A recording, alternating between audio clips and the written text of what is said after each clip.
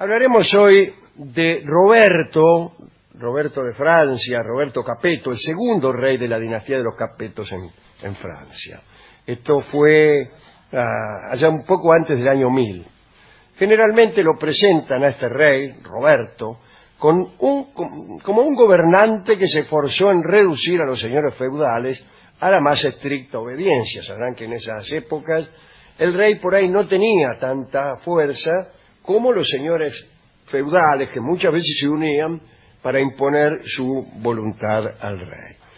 Según algunos historiadores, como Michelet, Duby y hasta Breton, parece que Roberto vivió una apasionada historia de amor, que vamos a contar ahora. Bueno. Había nacido Roberto, como hemos dicho, en el año 970, o como no hemos dicho, y fue criado en un monasterio muy riguroso. Era un muchacho muy bueno que dedicaba sus días a los rezos. Estaba meta a rezar. Él mismo confesaba que su mejor distracción era recitar salmos y letanías. Algunos cronistas han dicho que cuando quería distraerse componía música religiosa. ¿Ah, sí? Sí, qué sé yo, le metía. Y así. Yo conozco mucha música religiosa, pero no quise. Y yo ¿sabe por qué conozco mucho? Vivía al lado de la iglesia. Que me las conocía de memoria todas las canciones que cantaron. Todas. Se escuchaba desde su casa. Se escuchaba de mi casa. Nunca fui yo a la iglesia, pero... ¿Pero era con órgano o era con las guitarras? No, con órgano, los cantatos, el coro. Adorada Cristo, y yo me las sabía todas. Bien. Algunos cronistas, lo repito, han dicho que este muchacho componía esas canciones y a los 17 años ya lo asociaron al trono. Su papá, Hugo, tenía como una de las primeras preocupaciones asegurar que la dinastía se perpetuara. Asociar al trono era un acto solemne y legal en el que se declaraba a Roberto sucesor oficial. Decían, te asocio al trono. Por entonces el muchacho era, como hemos dicho, un perfecto religioso, acompañaba a su padre también en las batallas. No sé si peleaba, pero lo acompañaba. Lo ponían ahí a un costado, mirá cómo se mataban. Esperame acá, no te muevas. ¿Cómo acompañar al padre y ver cómo se pelea el padre? Y qué sé yo. Pero muy pocos reyes peleaban, ¿no? Medio los reyes que se quedaban arriba del caballo viendo. Peleaban. ¿Peleaban? Sí, peleaban. Recién, en el año 996, fue rey, desde luego tras la muerte de Hugo, su papá. Pero algo sucedió. Aquel muchacho, austero y apagado, que era Roberto, pronto dejó de serlo. Sí. Una mujer... Perdón. Excuse me. Convirtió a Roberto el piadoso en un enamorado capaz de las mayores locuras. La muchacha se llamaba Berta. Tan solo una lágrima derramó Berta. Tan solo una, porque era tuerta. También... Guárdelo para el concurso.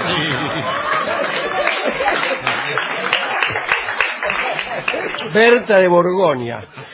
Estaba casada con Oides, el conde de Chartres, y era madre de 5 hijos. Según los cronistas, el rey la vio por primera vez en Orleans, mientras Berta hacía compras en una feria de pescado.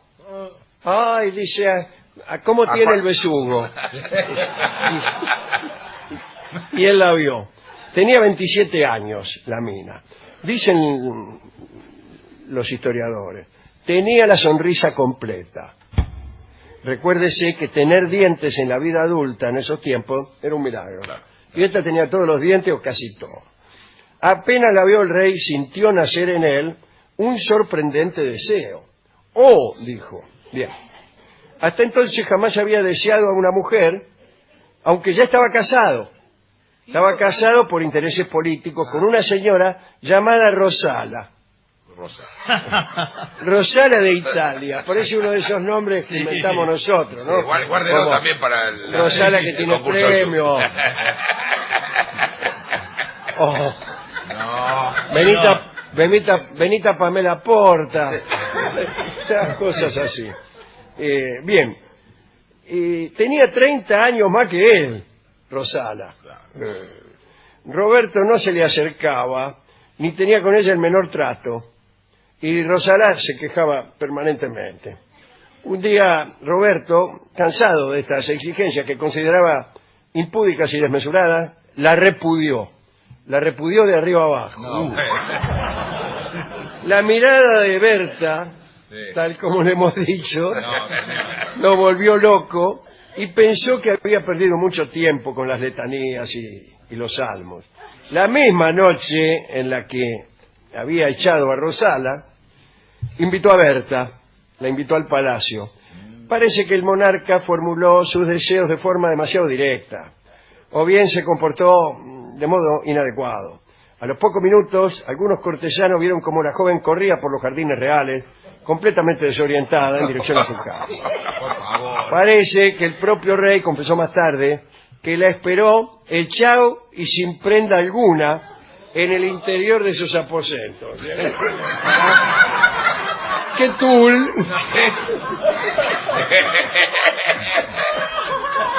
Es el mismo, estamos hablando del mismo que rezaba y Sí, la cancioncita, ¿no? El mismo. Al día siguiente, Berta regresó a Chartres, donde se ha dicho que vivía con su marido. Estaba casada la mina. A Roberto, bueno, nadie lo podía reconocer porque la pasión lo había transformado, ¿no? En un hombre desesperado, descuidado, poco afable. Desde que Berta lo rechazó, tuvo una idea fija.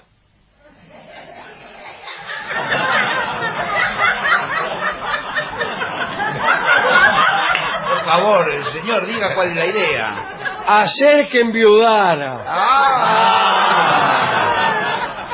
Olvidando todos los preceptos religiosos, pensó en varios sistemas para sacarse de encima al marido. Pero tenía que proceder con sumo cuidado. Dice la crónica. Roberto sospechaba que un simple asesinato podría llegar a molestar a la muchacha. Claro, si el tipo iba y lo mataba, por ahí Capaz que lo toma mal, claro. Lo tomaba mal. Pues ya una vez tomaba Claro. mal, estaba El yo primer día desnudo pasó, ahí, claro. tirado en la catrera, y lo tomó a mal. Sí. Así que anda tomándole el peso. Pensó entonces en realizar un crimen en forma indirecta, Está bien. disimulado, qué sé yo. Y entonces se entrevistó con los enemigos territoriales del conde, hoy de Chartres, y dice, ¿por qué no le hacen una guerra a este muchacho? Y yo los ayudo con mi ejército. Dice, yo lo quiero muerto a este muchacho, le dijo. Y el propio rey, al frente de sus tropas, entabló un furioso combate contra el marido. La guerra duró varios años, mirá vos. Es más fácil ir, pegar un tiro. Pero el amor de Roberto no se debilitó. Al contrario, cuando pensaba en Berta, sentía más odio contra el duque, ¿no? Una rabia tan sanguinaria que no se le podía estar enfrente porque salían todos rajando de la cara que tenía. Miles de guerreros murieron en aquella guerra y se habían destruido cientos de poblados. Y hasta que al rey le llegó una noticia. El ñato se murió de gripe. Después de tanto. Pasa. Y esta muerte puso fin a la guerra. Roberto, sin perder un segundo, fue hasta la casa de Berta y le pidió, esta vez más solemnemente, Empinchado, la mano. Increíblemente la muchacha lo aceptó. Según dicen, estaba emocionada por la constancia del monarca. Claro. Tú eres constancia, yo soy paciencia. Bueno, tú eres ternura, yo soy bondad. Tú simbolizas la independencia, yo represento la libertad, le dijo el tipo. Muy bien. Pero la boda no pudo celebrarse. Me mando una guerra de 5 años, mato 1000 y qué.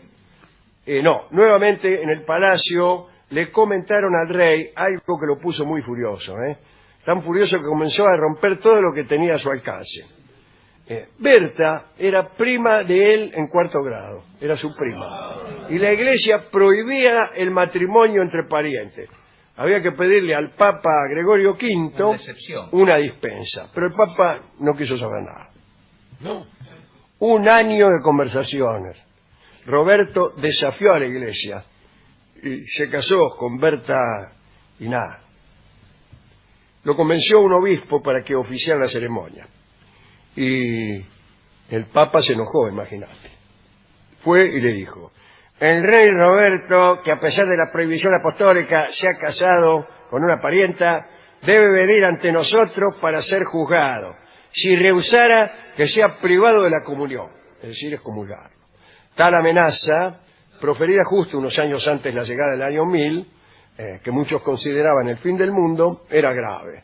El pueblo se sentía también condenado, porque cuando excomulgaban un rey, de algún modo excomulgaban también a todo el pueblo de Francia, porque, y esto no era una cosa que te decían.